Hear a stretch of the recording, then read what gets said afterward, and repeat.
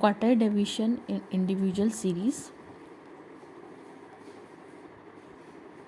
18, 25, 15, 8, 30, 40, 4, 20 ये मैंने कुछ नंबर ले लिए हैं। अगर आप इन नंबर्स को काउंट करोगे 1, 2, 3, 4, 5, 6, 7, 8 तो ये n की वैल्यू कितनी है यहाँ पर 8 है। सबसे पहले आप लोगों ने देखा होगा मीडियन के अंदर कि जिसको मीडियन आता है वो क्वार्टाइल डिवीजन आसानी से समझ सकता है।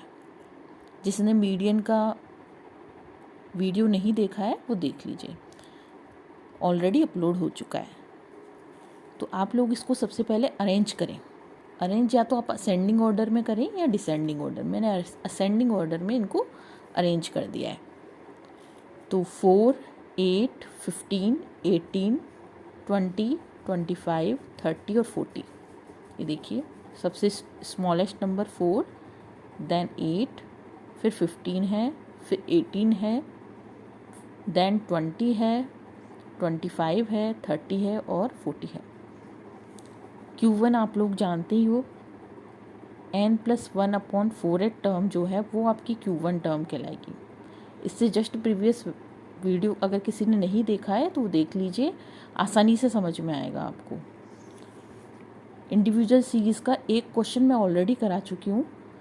जब नंबर ऑफ ऑब्जर्वेशन आपके पास ओड थी, अभी इस वक्त जो है वो है इवन वाला क्वेश्चन लिया है मैंने, अभी ओड वाला मैं करा चुकी हूँ।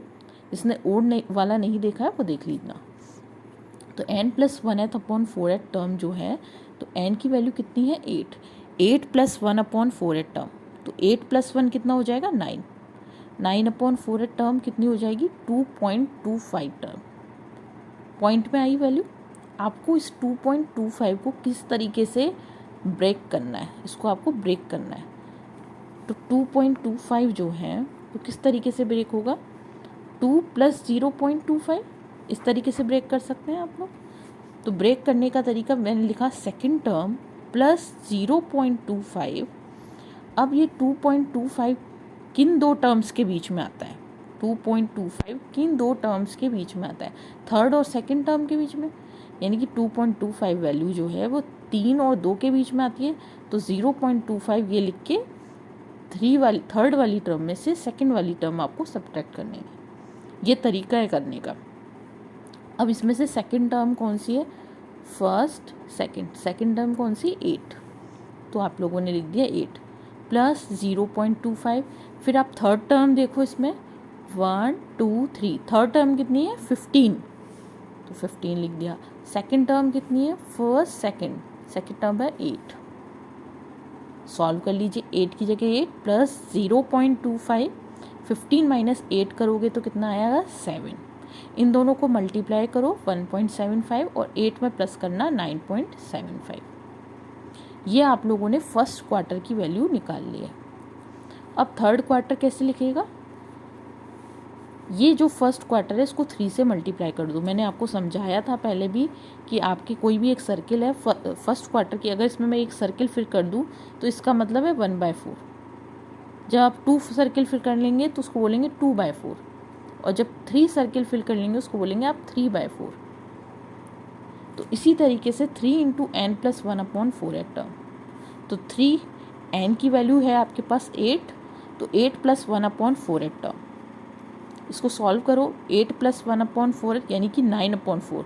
तो 9/4 को अपन ऑलरेडी सॉल्व कर चुके हैं 2.25।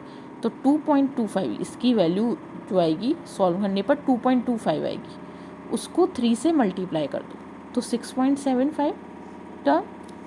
अब 6.75 टर्म को आप 2 पार्ट्स में कैसे डिवाइड कर सकते हैं, 6 + 0.75। तो 6 टर्म प्लस 0.75 और 6.75 किसके बीच में आता है 7 और 6 के बीच में आता है। 7th में से 6 टर्म माइनस। तो 6 टर्म कौन सी है इसमें से 1, 2, 3, 4, 5, 6 टर्म है 25। तो 6 टर्म की जगह लिख दिया 25 प्लस 0.75। फिर 7 टर्म देखो कौन सी है 1, 2, 3, 4, 5, 6 7 टर्म है 30। और 6 टर्म देखो आप देखो तो 1 2 3 4 5 6 टर्म है 25, 6 टर्म है 25। 30 में से 25 सब्ट्रैक्ट करो तो 5 आएगा, 5 को 0.75 से मल्टीप्लाई करो तो आपके पास आएगा 3.75 और उसको 25 में प्लस कर देना तो 28.75। क्वार्टाइल डेविएशन कैसे फाइंड आउट करोगे? Q3 minus Q1 upon 2।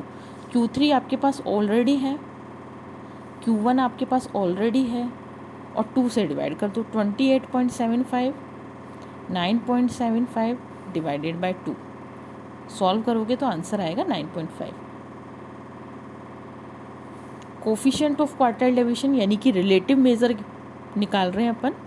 Q3 minus Q1 upon Q3 plus Q1, ये है कोफिशिएंट ऑफ क्वार्टाइल डेविएशन का फॉर्मूला। Q3 की वैल्यू रख देना, Q1 की वैल्यू ये रही, Q3 माइनस Q1 और Q3 प्लस Q1, सॉल्व करो 19 अपॉन 38.5 और सॉल्व करोगे तो 0.49 और जिसको अपन 49% भी लिख सकते हैं। आपको अगर ये बहुत आसानी से तब समझ में आएगा जब आपने क्वार्टाइल डेविएशन का इंडिविजुअल सीरीज़ का ओड नंबर वाला n=7 वाला भी वीडियो देखा होगा। जिसने नहीं देखा है वो ऑलरेडी अपलोड हो चुका है, वो देख ले। और क्वार्टाइल डेविएशन अगर और अच्छे से सीखना है तो वो मीडियन भी देखें।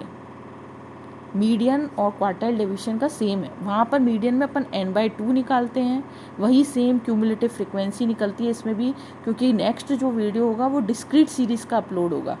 तो डिस्क्रीट सीरीज़ का अगर समझना है तो उसे थोड़ा सा मीडियन भी आना चाहिए कि मीडियन किस तरीके से निकालते हैं। ठीक है।